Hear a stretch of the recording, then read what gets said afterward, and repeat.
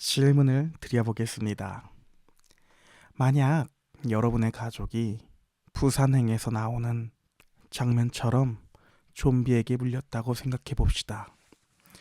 이때 여러분은 어떻게 할 건가요? 이럴 때 영화에서는 눈물을 흘리며 좀비로 변한 가족을 결국 자기 손으로 죽이는 장면을 보기도 합니다. 가슴이 너무나도 아프지만 이렇게 해야지만 살아남을 수 있기 때문입니다. 오늘 우리가 읽은 신명기도 영적 좀비 바이러스에 대한 경고장입니다. 따라서 하나님은 가장 사랑하는 가족이나 친구가 하나님 외에 다른 신을 섬기자고 유혹할 때 단호하게 끊어내라고 말하는 것입니다. 먼저 돌로 치라고 말하고 있는 것입니다. 이 우상숭배는 영혼을 죽이는 가장 무서운 바이러스입니다. 그리고 하나님은 우리에게 있는 바이러스를 끊으시기 위해 자신이 먼저 가장 사랑하는 유일한 독생자인 아들인 예수를 십자가에 죽이십니다. 이러한 오늘의 이야기를 함께 나누겠습니다. 먼저 오늘 성경 본문의 요약입니다. 신명기 13장은 하나님 외에 다른 신을 섬기는 모든 유혹을 무조건적으로 끊어야 한다는 매우 강한 우상 금지 규정을 세 가지 경우로 나누어서 다루고 있습니다. 1절부터 5절은 기적을 보이는 예언자와 꿈쟁이의 유혹을 끊어내라 합니다. 어떤 예언자들이 기적을 말하더라도 실질적으로 만약 그 기적을 보였을지라도 만약 그가 하나님 외에 알지 못하는 신들을 섬기자고 하면 그 말을 듣지 말라고 합니다. 이런 상황은 하나님께서 이스라엘이 온 마음과 정성으로 하나님을 사랑하는지 시험하는 장면이라고 설명합니다. 이 거짓 예언자들은 하나님이 명하신 길에서 벗어나게 하는 사람들입니다. 좀비 바이러스입니다. 그러므로 반드시 죽이라고 합니다. 6절부터 11절은 가장 가까운 관계의 유혹에 대해서 말합니다. 여기서는 형제, 자녀, 아내, 친한 친구가 몰래 다른 신들을 섬기자고 부추깁니다. 이때 그 친한 사람을 따라가거나 듣거나 불쌍히 여기거나 감싸지 말고 먼저 자신이 손을 대어 돌로 쳐 죽이고 그 후에 온 백성이 돌을 던져 죽이라고 명령합니다. 이는 이스라엘 중에서 악을 제거하고 다른 이들이 듣고 두려워 이런 악을 행하지 못하게 하기 위한 조치인 것입니다. 12절과 18절은 도시 전체가 우상을 따르는 경우입니다.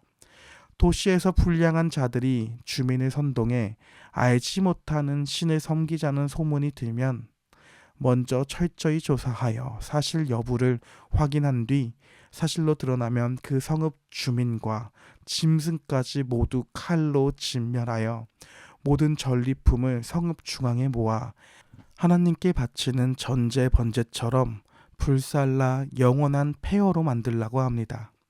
결국 신명기 13장은 하나님 아닌 다른 신을 섬기자는 유혹을 모두 끊어야 한다라는 것을 강력하게 말하고 있는 것입니다. 이제 신명기 14장입니다.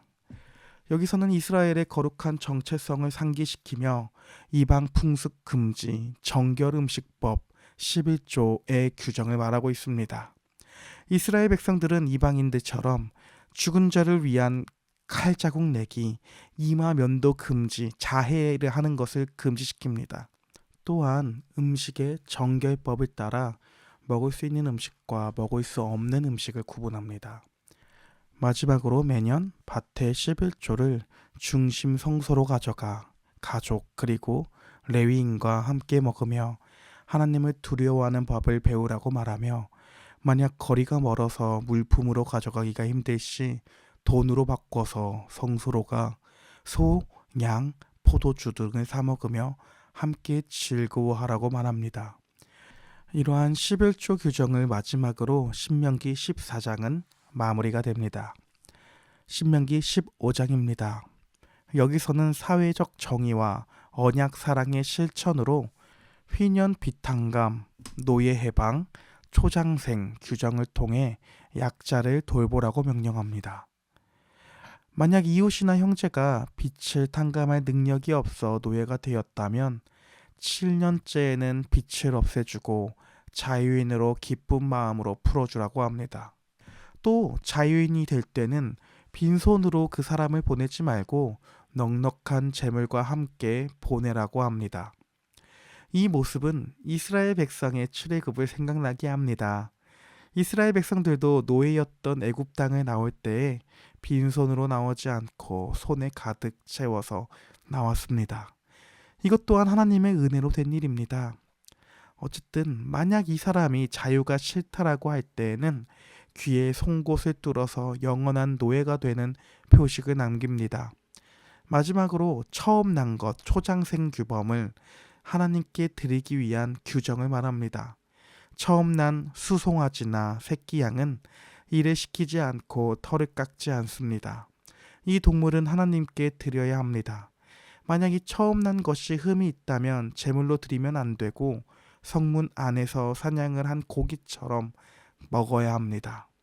다만 먹을 때 절대 피는 먹으면 안 됩니다. 이렇게 신명기 15장의 이야기가 마무리가 됩니다. 그렇다면 이제 오늘 본문들이 예수 그리스도와 어떤 연관성이 있을까요? 첫째로 부정한 음식법과 예수 그리스도입니다. 둘째로 영원한 빛을 탕감시켜 주신 예수 그리스도입니다. 첫째로 신명기 14장에서 하나님은 먹을 수 있는 음식과 먹을 수 없는 음식을 철저하게 나누셨습니다. 왜 이렇게 하신 것일까요? 이는 이스라엘 백성을 가나안 족속과 다르게 구별됨을 가르치기 위해서입니다. 이방인들은 아무거나 먹었습니다. 그러나 하나님의 백성은 식탁에서부터 나는 하나님께 속한 구별된 백성이다 라는 것을 매일 확인해야 했던 것입니다. 그러나 이 법은 율법이요 그림자입니다. 돼지고기를 안 먹는다고 해서 사람의 탐욕스럽고 음란한 마음이 깨끗해질까요? 아닙니다. 따라서 예수님은 오늘 신명기 14장에서 나온 음식법을 완성시키며 폭탄 선언을 하십니다. 마가복음 7장 15절을 제가 읽어드리겠습니다. 무엇이든지 사람 밖에서 사람 안으로 들어가는 것으로서 그 사람을 더럽히는 것은 아무것도 없다. 즉, 예수님은 음식이 우리를 더럽게 하는 것이 아닌 애당초 우리가 전적 타락한 죄인이라 마음부터 부정하다고 말하는 것입니다.